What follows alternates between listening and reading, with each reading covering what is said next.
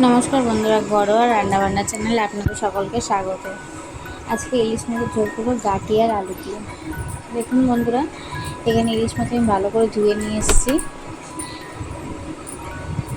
এবার এর মধ্যে নুন হলুদ মাখাতে হবে, তো সেই জন্য আমি এর মধ্যে পরিমাণ মতো নুন দিয়ে দিলাম।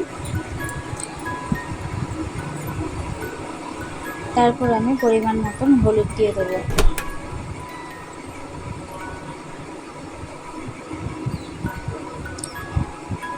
পরিমাণ মতন হলুদ দিয়ে দিলাম, দিয়ে এটাকে আমি এবার ভালো করে মাখিয়ে নেব।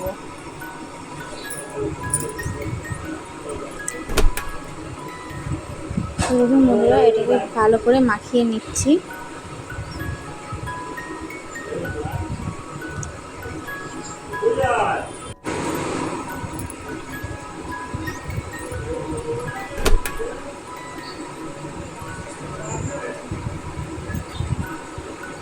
দেখুন বন্ধুরা, ভালো করে নুন হলুদ মাখানো হয়ে গেছে।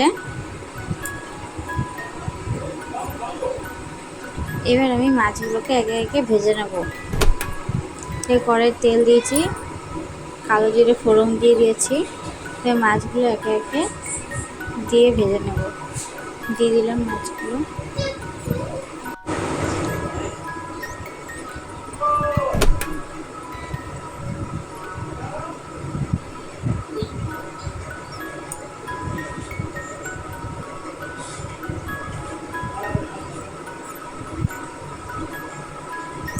মাছগুলো আমি একটু লাল লাল করে ভেজে নেব।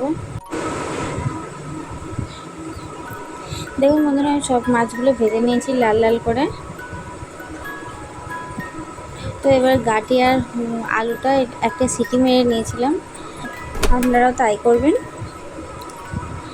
গাটি আর আলুর মধ্যে নুন হলুদ মাখিয়ে রেখেছি যাতে ভাজতে সুবিধা হয়।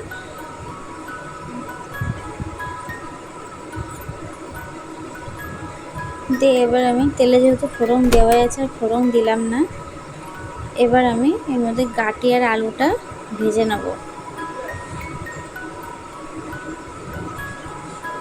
দেখুন বন্ধুরা, আমি গাটিটা দিয়ে দিচ্ছি।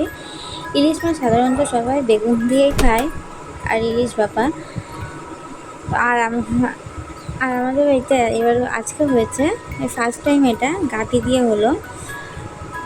তো গাটি দিয়ে বেশ ভালোই লেগেছে খেতে। আপনারা বাড়িতে করে দেখবেন, ভালোই লাগবে। দেখুন বন্ধুরা, আমি গাটি দিয়ে দিয়েছি, এবার আলুগুলো দিয়ে দিলাম। দিয়ে আমি একটু লাল লাল করে ভেজে নেব গাটি আর আলুটা।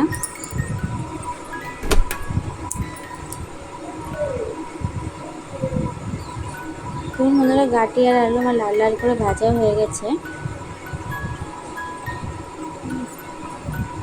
এবার এটাকে আমি তুলে নেব।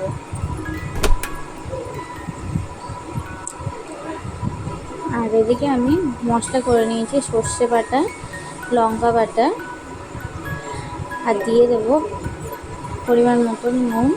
যেহেতু নুন দিয়ে বেটেছি তাই নুনটা একটু অল্প দিলাম। আর দিয়ে দিলাম হলুদ গুঁড়ো,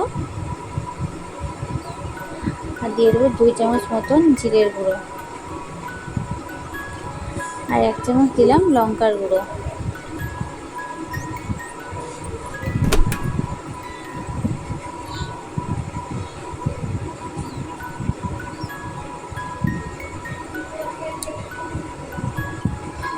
তো এবার দেখুন বন্ধুরা, মশলাটা আমি দিয়ে দিলাম তেলের মধ্যে, দিয়ে ভালো করে নেড়ে চেড়ে নেবো। সর্ষে তো বেশিক্ষণ কষাই না, তো সর্ষের থেকে একটু তেল ছেড়ে গেলে এর মধ্যে আমি জল দিয়ে দেবো। দেখুন বন্ধুরা, আমার তেল ছেড়ে গেছে সর্ষের থেকে, দেখতেই পাচ্ছেন। তো আমি এবার এর মধ্যে জল দিয়ে দেবো।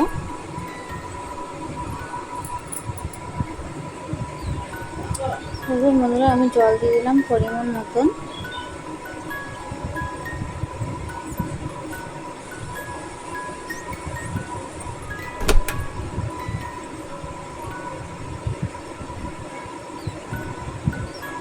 একটু ঝোলটা ফুটে গেলে আমি এর মধ্যে গাটি আলুটা আর মাছটা দিয়ে দেবো।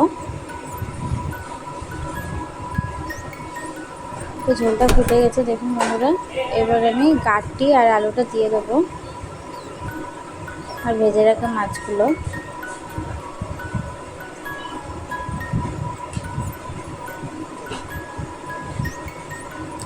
দেখুন বন্ধুরা, মাছগুলো আমি দিয়ে দিলাম।